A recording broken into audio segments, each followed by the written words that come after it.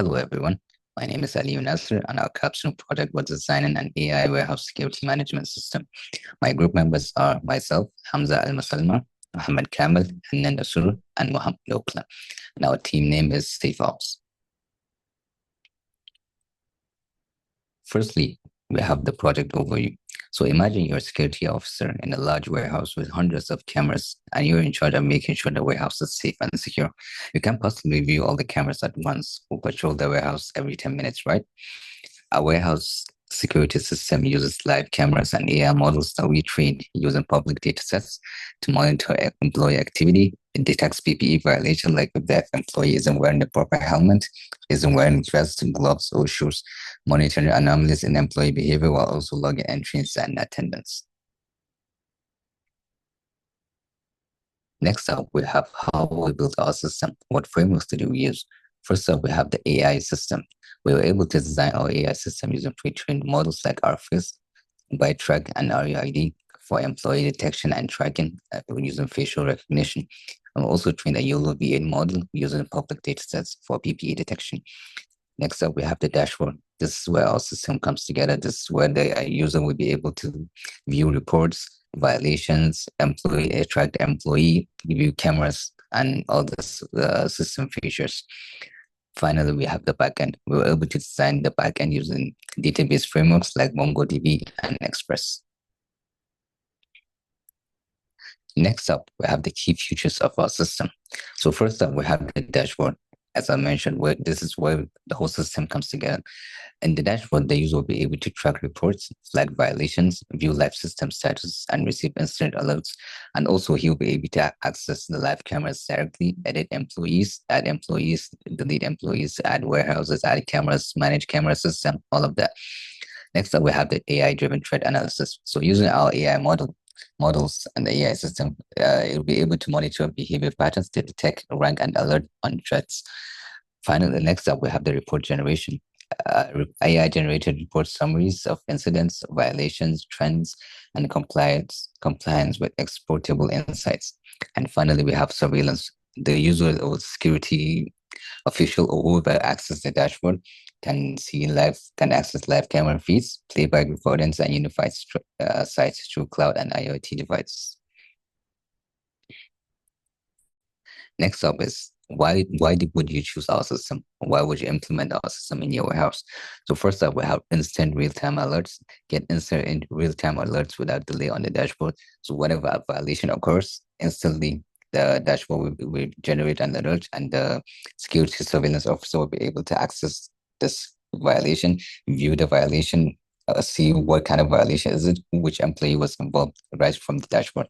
Next up, we have employee attendance and tracking. Our system can track employees from the moment they enter the warehouse using the facial recognition and the AI models we use. So the system will be able to track them throughout the warehouse.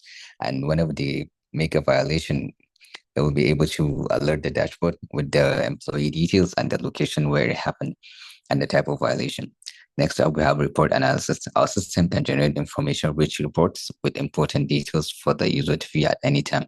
You can also download the reports based on daily reports, weekly reports, or even monthly reports. And finally, we have overall improvement in safety.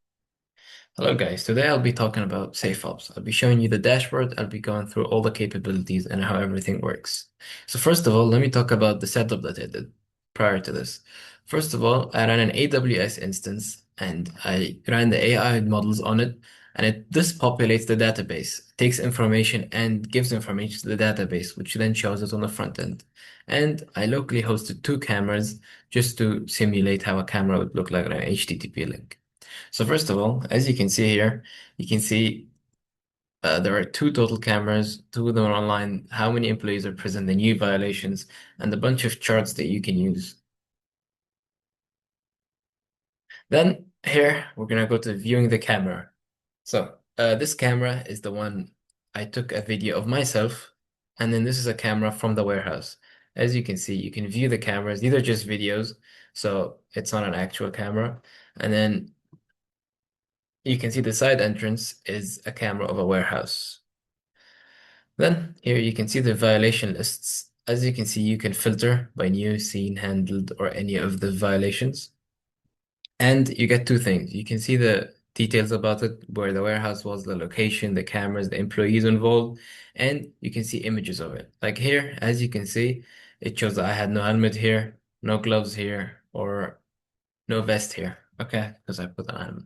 And then as you can see here, even if my back is turned or my face is covered, it still shows my name above it because we use re-identification and bite track, which ArcFace only needs to detect you once, and then after that, it just keeps the ID on you.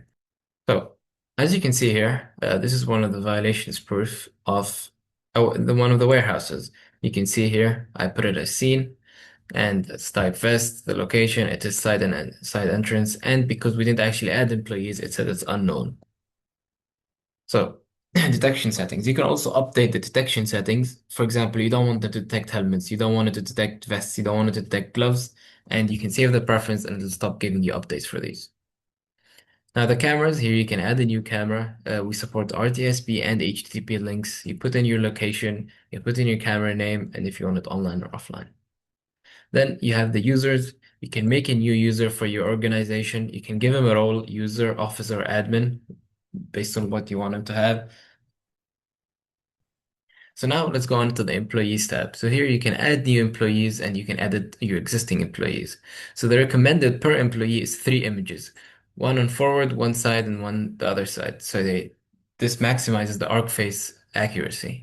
And then here you can click on an employee ID and it gives you their current location. And if they, right now I'm at main entrance camera, as you could see because I was at the camera. And if I'm not in the warehouse, it would tell you that I'm not at the warehouse.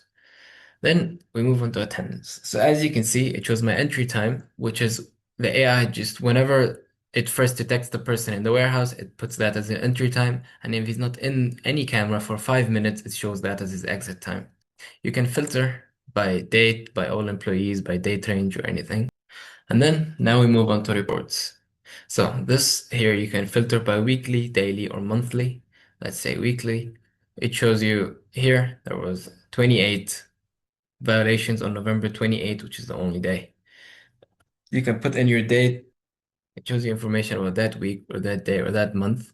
As you can see here, violation type, we had more gloves than helmets and vests, and top employees were unknown and me.